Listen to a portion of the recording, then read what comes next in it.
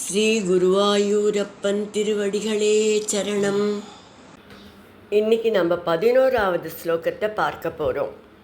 முதல்ல வார்த்தைகளை பிரித்து சொல்லலாம், பிறகு ஒவ்வொரு வரியும் சேர்த்து சொல்ல.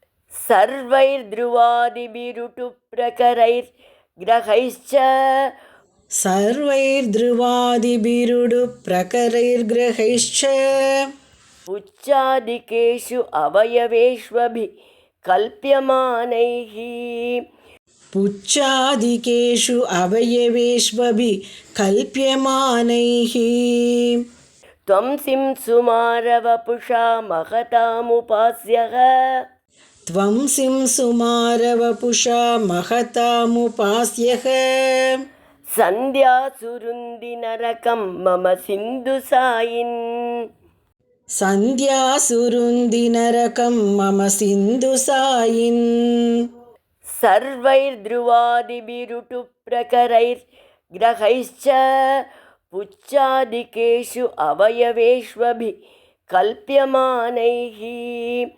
सर्वैर्ध्रुवादिभिरुडु प्रकरैर्ग्रहैश्च पुच्छादिकेषु अवयवेष्वभि कल्प्यमानैः त्वं सिंसुमारवपुषा महतामुपास्यः सन्ध्यासुरुन्दिनरकं मम सिन्धुसायिन् त्वं सिंसुमारवपुषा महतामुपास्यः सन्ध्यासुरुन्दिनरकं मम सिन्धुसायिन्.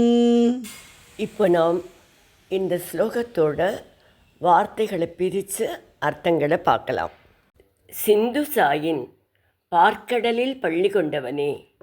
புச்ச ஆதிகேஷு, வால் முதலான அவயவேஷு உறுப்புக்களில், துருவ ஆதிபிகி, துருவ நட்சத்திரம் முதலான, சர்வைகி உட்டுப்பிரகரைகி எல்லா நட்சத்திர கூட்டங்களும், கிரகைகி ச கிரகங்களும், அபிகல்பியமானேகி இருப்பதாக கற்பனை செய்யப்படுகின்ற, சிம்சுமார வபுஷா சிம்சுமாரம் என்ற ஒரு வகை மீன் வடிவ, சில பேர் உடும்புன்னு சொல்வா, சிம்சுமாரம் என்கின்ற திருமேனியுடன், சந்தியாசு சந்தியா காலங்களில், மகதாம் மகான்களால், உபாசியகத்துவம் தாங்கள் உபாசிக்கப்படுகிறீர்கள். அப்படிப்பட்ட தாங்கள், மம நரகம் ருந்தி என்னுடைய நரகத்தை தடுத்தருள்வாய், நரகம் போன்ற என்னோட நோய் துன்பத்தை தடுத்தருள்வாய். இப்போ இந்த ஸ்லோகத்தை முழுவதுமாக பாராயணம் பண்ணி இதோட முழு அர்த்தத்தையும் பார்க்கலாம்.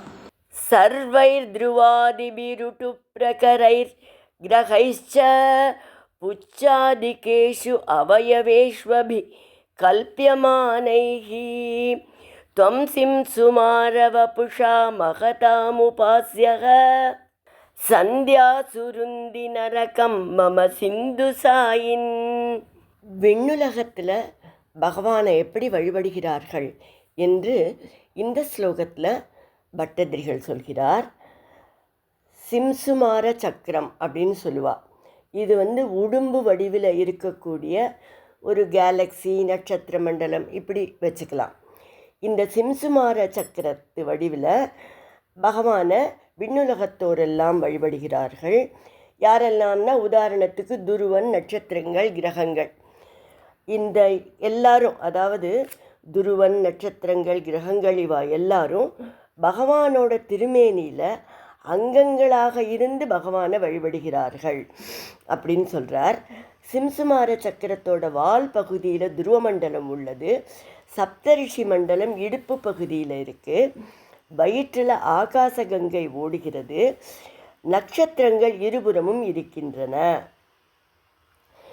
இப்படி பகவானை சிம்சுமார சக்கர வடிவில் விண்ணுலகோர் வழிபடுகிறார்கள்.